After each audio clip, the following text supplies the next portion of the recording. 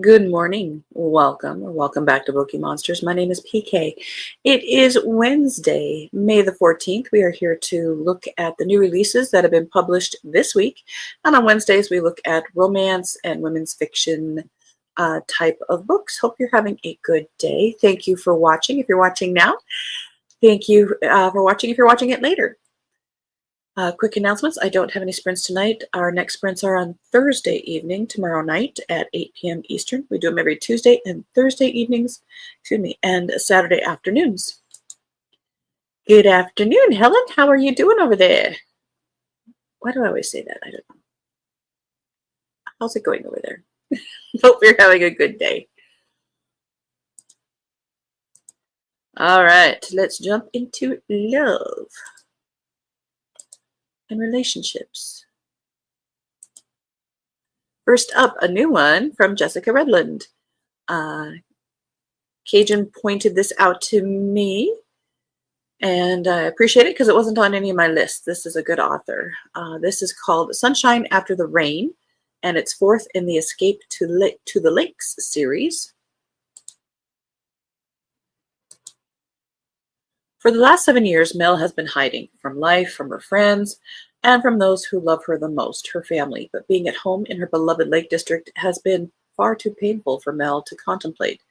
Because 7 years ago, Mel lost everything, and she's never been able to banish the dark clouds that follow her. When Mel returns to Willowdale for a family event, she has no intention of staying. But surrounded by her family, she begins to realize just how much she's been missing and also how much healing she still needs to do. Starting a dream job at Willowdale Hall, going on walks with Emma and her funny alpacas, and reconnecting with those she loves, Mel slowly begins to see chinks of light and a more hopeful and happier future ahead. And as Mel begins to feel stronger, she also feels brave enough to face the most painful part of leaving home. The one man she has always loved. With his help, can she finally banish the dark clouds forever and see the sunshine after the rain? And lots of blurbage. People absolutely adore this author. So if you haven't tried her yet, give it a try. That's Jessica Redland.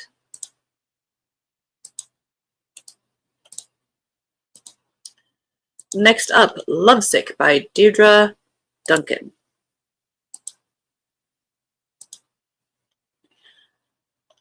Their bedside manner needs a little work. Love may be the best medicine, but first-year resident Grace Rose isn't prescribing it anytime soon, not since her ex broke her heart in med school, and especially not since hearing the rumor that she slept her way into the OBGYN program. Spoiler alert, so not true.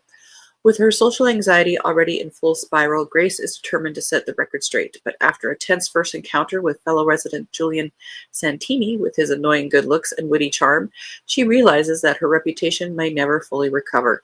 Julian didn't mean to offend Grace. After all, he's just as fed up with the toxic BroBGYN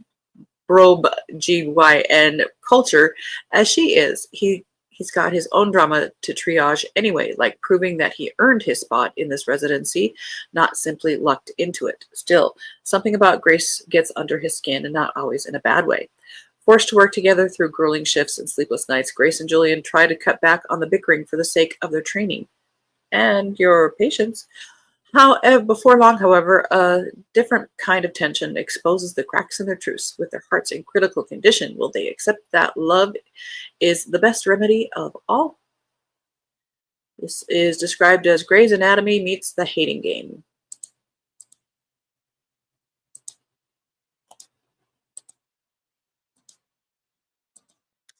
What If It's You by Jilly Gagnon.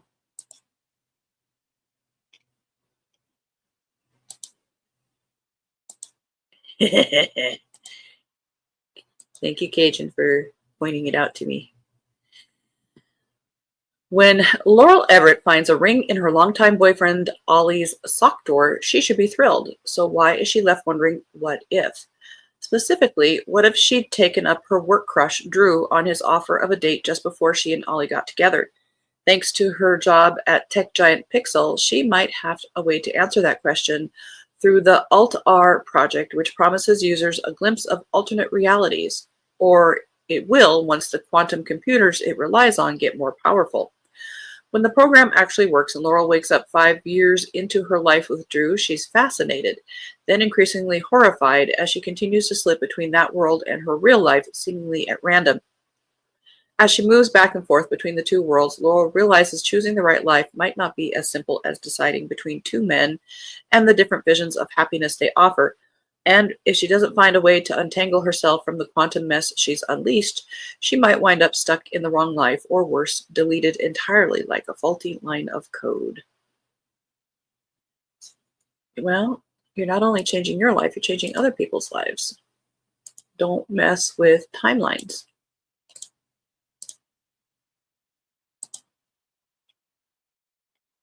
32 Days in May by Betty Corello.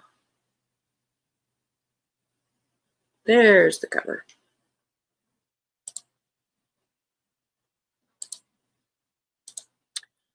Nadia Fabiola wants to lose herself in Evergreen, the Jersey Shore town where she grew up vacationing with her family, and never look back at her glamorous, gainfully employed former self. After a shocking lupus diagnosis turned her life upside down, she's desperate for a sense of control over her body, her life, and her mental health. Nadia plans on keeping her life small and boring while continuing to ignore her sister's relentless questioning. Nadia's sister isn't the only person worried about her. When her rheumatologist not so subtly sets her up with his infamous former actor cousin, Marco Antonio, Nadia is skeptical, but Marco is gorgeous despite carrying his own baggage from a very public burnout. After a messy but fun first date, they decide that a May-long fling could be just what the doctor ordered. No commitment, no strings, just 1 month of escape. Their undeniable chemistry starts to feel a lot like something more, and while Marco pulls Nadia deeper into his life, she is dead set on keeping her diagnosis from him. But there are only so many days in May, and only so many so much pretending she can do. As the stress of their whirlwind romance takes its toll on Nadia's health, she's forced to decide if a chance at love is worth the risk of trusting someone new.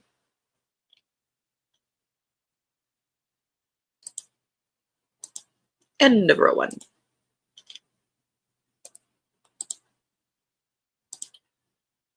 Crossing Paths by Katie Ruggles, second in Beneath the Wild Sky series.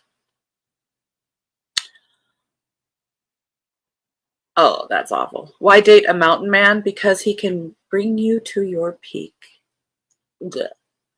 Nora Pax loves working for her family's Rocky Mountain bounty hunting business, but unlike her adrenaline junkie sisters, she only enjoys chasing skips from the safety of her laptop. She has all the computer skills she could want, but her fighting technique is lacking, so when all hands are needed, she dredges up her courage to ask surly MMA expert Dashiell Porter to teach her everything she needs to know. Dash may be terrifying to most, but his unexpected gentleness makes her feel safe, and it isn't long before things begin heating up. Dash is used to people slowly backing away when he enters a room, but a certain beautiful bounty hunter's earnest trust throws him off guard and catches his attention. Yet, as the two exchange punches and endearingly awkward flirtations, vultures circle. Every criminal in town has turned against the Pax girls, and they're willing to hit them where they're supposedly weakest, Nora. To keep herself and her family safe, Nora will need every new skill that Dash can teach her. Good thing that Dash is ready to do whatever it takes to protect the gentle yet fierce bounty hunter who stole his heart.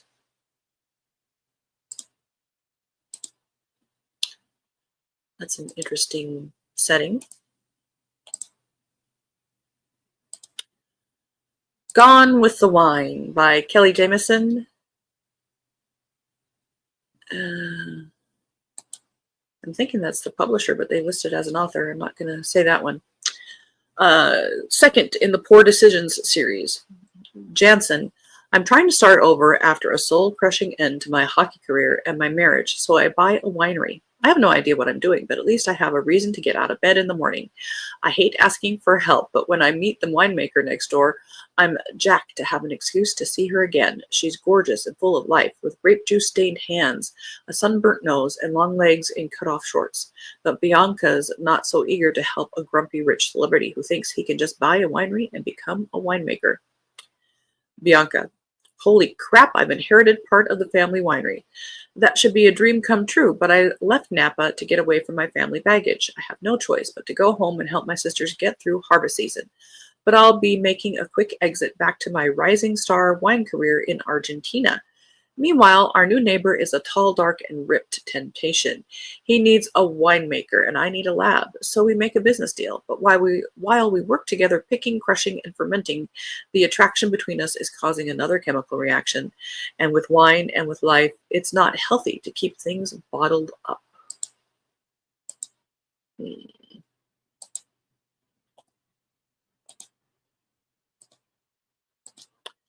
Can't Get Enough by Kennedy Ryan, third in the Skyland series. Hendrix Berry lives a fabulous life. She has phenomenal friends, a loving family, and a thriving business that places her in the entertainment industry's rarefied air. Your vision board? She's probably living it. So we hate her? She's a woman with goals, dreams, and ambitions, always striving upward. And in the midst of everything, she's facing her toughest challenge yet, caring for an aging parent. Who has time for romance? From her experience, there's a low return on investment on relationships. Anyway, she hasn't met the man who can keep up with her until him. Tech mogul Maverick is a dilemma wrapped in an exquisitely tailored suit and knee-melting charm. From their first charged glance at the summer's hottest party, Hendrix feels like she's met her match. Only he can't be. Mav might be the first to make her feel that this seen and desired, but he's the last one she can have. Forbidden fruit is the juiciest, and this man is off limits if she plans to stay the course she's set for herself. But when Maverick gives chase, pursuing her, spoiling her, understanding her, is it time to let herself have something more?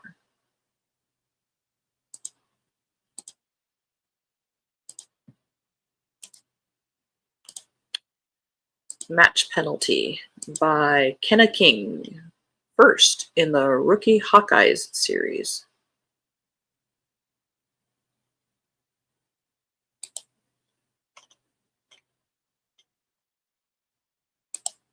John Paul Dumont is everything I was warned about in this league. Talented, entitled, and fully aware of both. NHL's favorite bad boy has left a trail of broken hearts from Montreal to San Diego, and a year ago I was stupid enough to become one of them. Now he's signed with my father's team, the Seattle Hawkeyes, attempting a comeback after a career-threatening injury and a DUI charge that got him dropped from the Blue Devils. As the GM's assistant, I've spent 4 years building my reputation as more than just Coach Renly's daughter. I'd like to pretend that my past hasn't just skated back into my life in a Hawkeyes jersey, but the universe has other plans. Now we're paired together on the team's biggest charity event of the year, and suddenly I'm forced to confront not only JP, but all the reasons I fell for him in the first place. His perfect smile, his infuriating habit of speaking French when he knows I don't understand. That's cute. And the way he brings me coffee just the way I like it. He claims there's more to the story of why he disappeared that night, and the way he looks at me makes me want to believe him. But I learned the hard way that players like JP Dumont don't change. When he challenges me to a bet, 3 shots on goal for the chance to prove he's not the player everyone thinks he is, I know I should walk away. But with the whole team watching, my pride on the line, and my heart refusing to listen to reason, I realize I'm in danger of making the same mistake twice. Because this time, JP Dumont isn't just playing for keeps. He's playing for me. End of that row.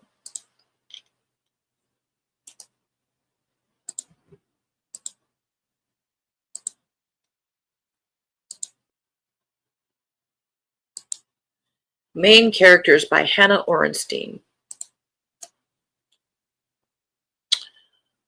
This is a love letter to lake life is the parent trap for adults. Okay.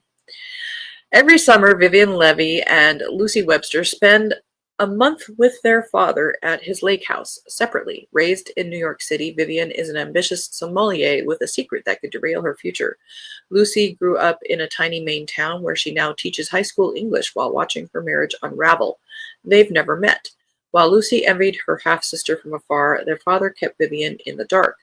When Vivian arrives at the lake to spread his ashes and sell his cabin, she's shocked to find Lucy there, awaiting his return. In an ideal world, they'd help each other through their grief. Instead, forced to spend the summer together, they fight through a storm of suspicion and hostility to untangle the messy truth about their parents' pasts. While Lucy is desperate to hold on to the house, Vivian is scrambling after a betrayal. After 30 years apart, is it too late for them to be a family?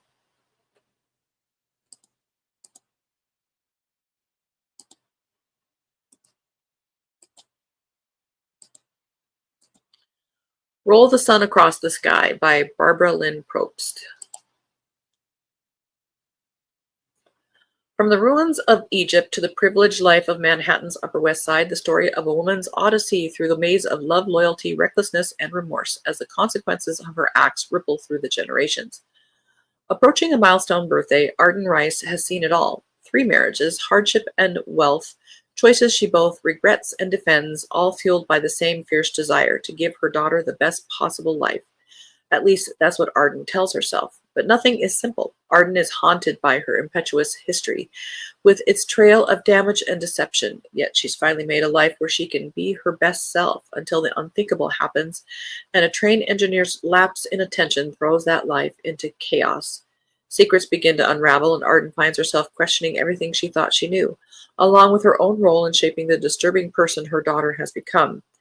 As the stakes increase, especially for the vulnerable granddaughter who's now in her care, Arden must face questions she spent a lifetime avoiding. Which acts define a person? Can someone be better than her worst acts? These last couple are definitely the women fiction side of things, not romance.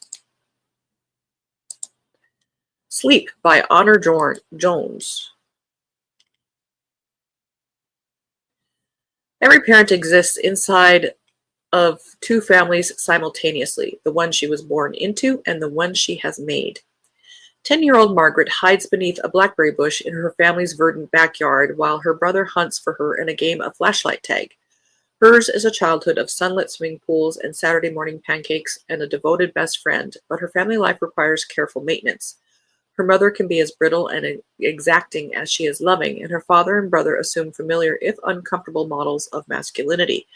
Then late one summer, everything changes. After a series of confusing transgressions, the simple pleasures of girlhood slip away.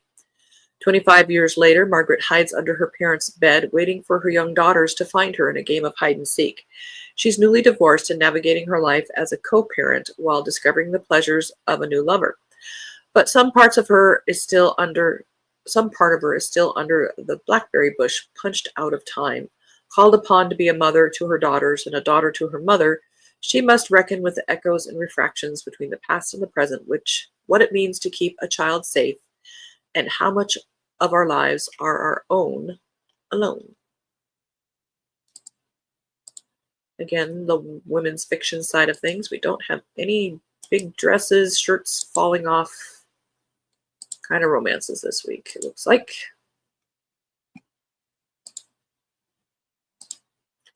The Singular Life of Arya Patel. Arya Patel likes stability, certainty, predictability. It's why she's so into science. It's why she dumped her boyfriend before they went to different colleges, because the odds were that something would go wrong eventually. In a life that's already so chaotic, why obsess over complicated relationships and shadowy unknowns when the scientific method gives you direction and a straight path to avoid all the drama? But there's no avoiding anything when Arya finds herself suddenly falling through parallel universes, and there's no formula that can save her. She can't explain why she's been waking up in a new reality almost every day, or why Rohan and a poem from her English class seem to be following her through every new life. As Arya desperately attempts to find a way home, she eventually ends up stuck in a parallel world very similar to her own.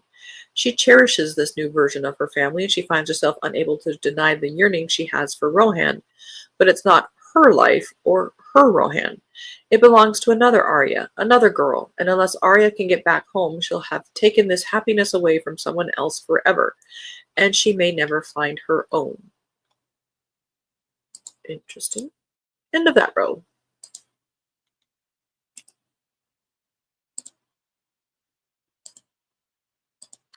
The Secrets of Maiden's Cove by Erin Palmisano. When Grace Cleary's father passes suddenly, she realizes that the life she has shared with her husband Richard is not the one she wanted for herself or her daughter Bela. When she inherits Cleary's Crab Shack, her father's seafood restaurant in the center of the small Maidens Cove community, it gives her the push she needs to leave her controlling husband. She and Bela leave in the night and return to Maidens Cove. The restaurant has suffered from the loss of her father, and it's up to her and her family, friends, and the community to save it from closing. When Grace's estranged childhood best friend, Isla, returns to Maidens Cove, the old rumors and myths about Isla being a mermaid begin yet again. Grace knows that this is their last summer together and their one chance to make amends.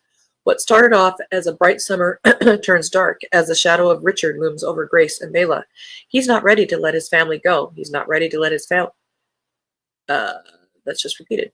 But Grace is building a new life and reconnecting with everything she has missed from her childhood. As the summer unfolds with delicious seafood, hot summer days and nights, unexpected romance, and a little bit of mermaid magic, can the women reconnect with one another enough to find themselves again and heal from the years apart and away from the one place that is truly home.